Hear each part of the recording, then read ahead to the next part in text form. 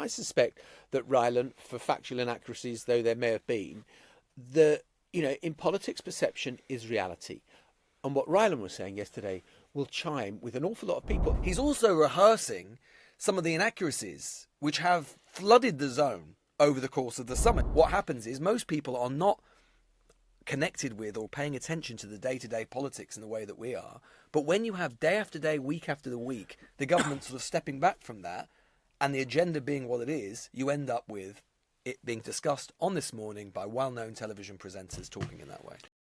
Meanwhile, the mainstream media totally up in arms about Rylan Clark and his, I believe, completely reasonable explanation about what's going on with illegal immigration and why the country is completely sick of it in light of the Bell Hotel ruling.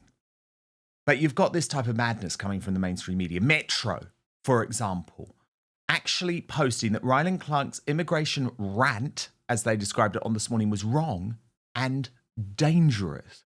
Well, in response to that, I posted the UK MSM is ridiculous and now deserves to die. Spiked Online were a little bit more thoughtful, writing the infuriatingly smug complacency of the newsagents. Now, this is after they posted on X that Rylan's migrant rant was full of far-right misinformation, but said the government is to blame for its lack of effort to lead UK conversation on asylum seekers. So this is what you're now going to get from the newsagents, the absolute epitome of the UK's regime media. They don't want to attack Rylan Clark. No. Rylan, you're just a little bit stupid. But it's the government who aren't making you understand that what you're feeling is wrong.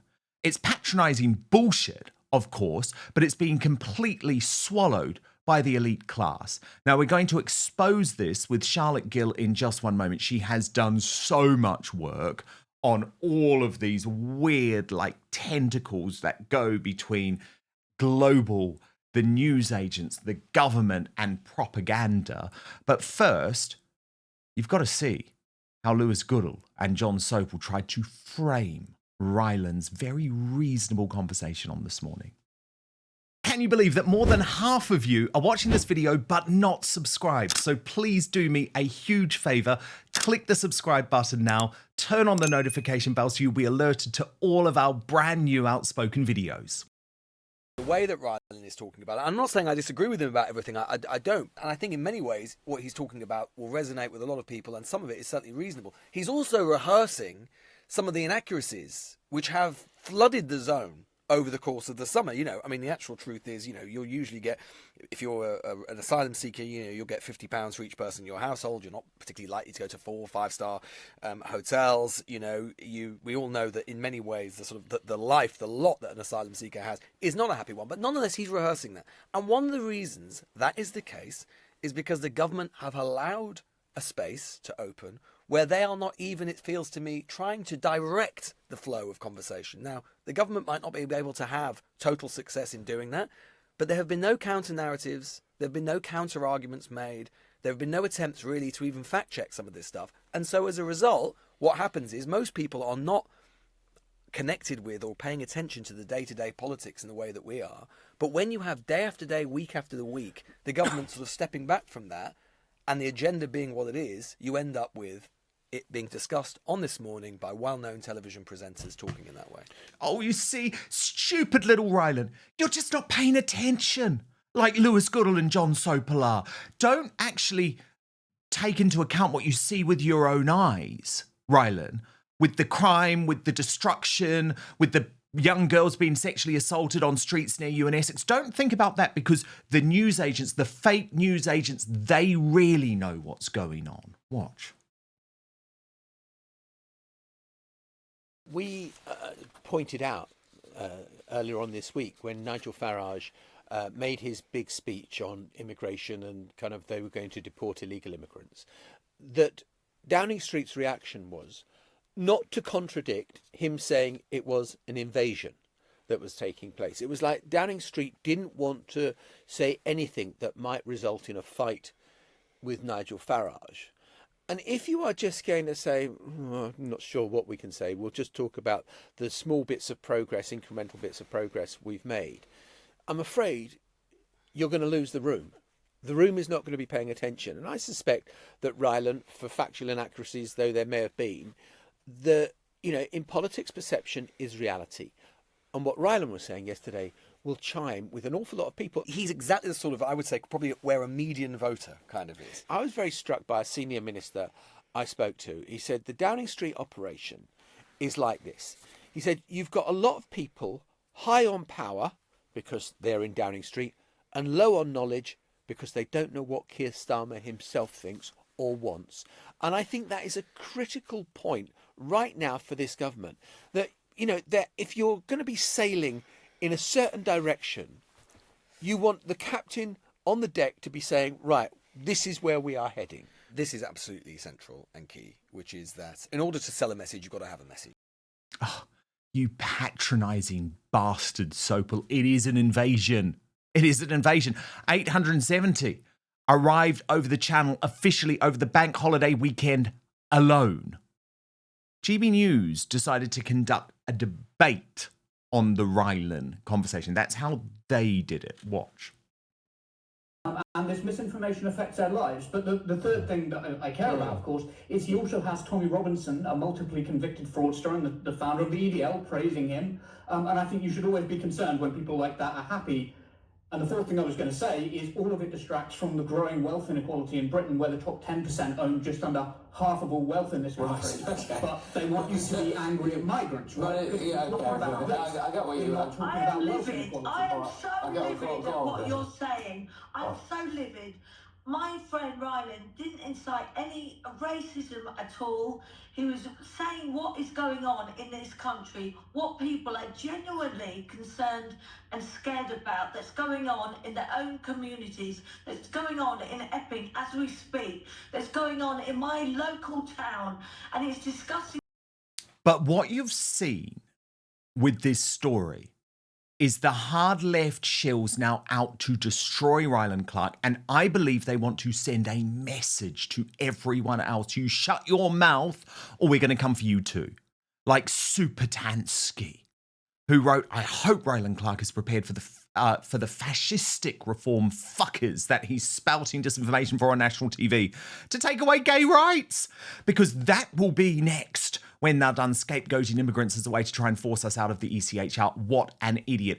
No, Supatansky, you're the only idiot because, as I said earlier in the week, reform's like the gayest party in the country. Then you get this from Narinder Kaur. But first, the number one worst fruit for your waistline. Look, are you turning healthy fruits into highly unhealthy fruits without even realizing it? Fruit can be one of the healthiest things you can put into your body. But the majority of Americans are guilty of making this single mistake that can counteract all of the health benefits of fruit. Some fruits can help with occasional constipation, reduce bloating, and even help burn calories. Others can wreak havoc on your digestive system and energy levels. Now, I came across this viral presentation from world-renowned heart surgeon Dr. Stephen Gundry that showcases the 3 fruits to stop eating today. It was shocking. I had no idea. And after finding it out, I've stopped eating these 2. I'm going to put a link for you all to watch it because I want you all to gain this information. I think it's truly important, actually. You can go watch it right now at thehealthyfat.com/outspoken.